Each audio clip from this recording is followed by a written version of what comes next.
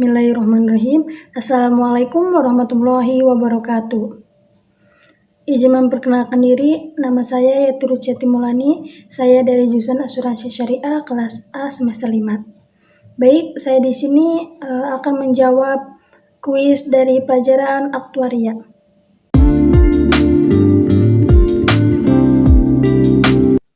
Sejarah asuransi syariah di Indonesia. Sejarah asuransi syariah di Indonesia dimulai pada tahun 1994, di mana sejarah asuransi syariah pertama yang berdiri tepatnya pada tanggal 5 Mei 1994 adalah PT Asuransi Takaful Keluarga yang bergerak di bidang asuransi jiwa syariah dan PT Asuransi Takaful Umum yang bergerak di bidang asuransi umum.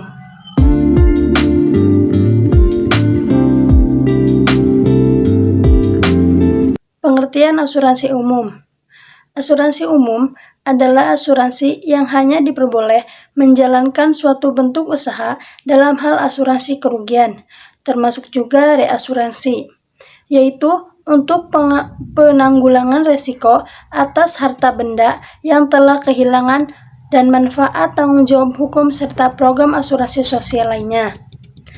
Nah, asuransi umum atau bisa disebut dengan asuransi kerugian adalah asuransi yang menjadikan harta benda atau kepentingan seseorang yang melekat pada benda sebagai objek yang dipertanggungjawabkan. Ada 10 jenis pengelompokan asuransi umum.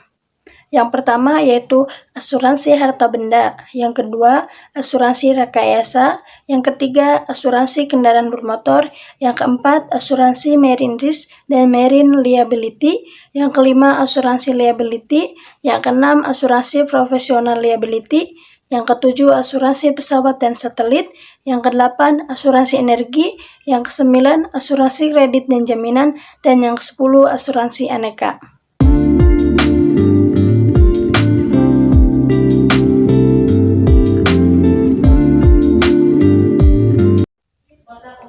Pengertian asuransi jiwa.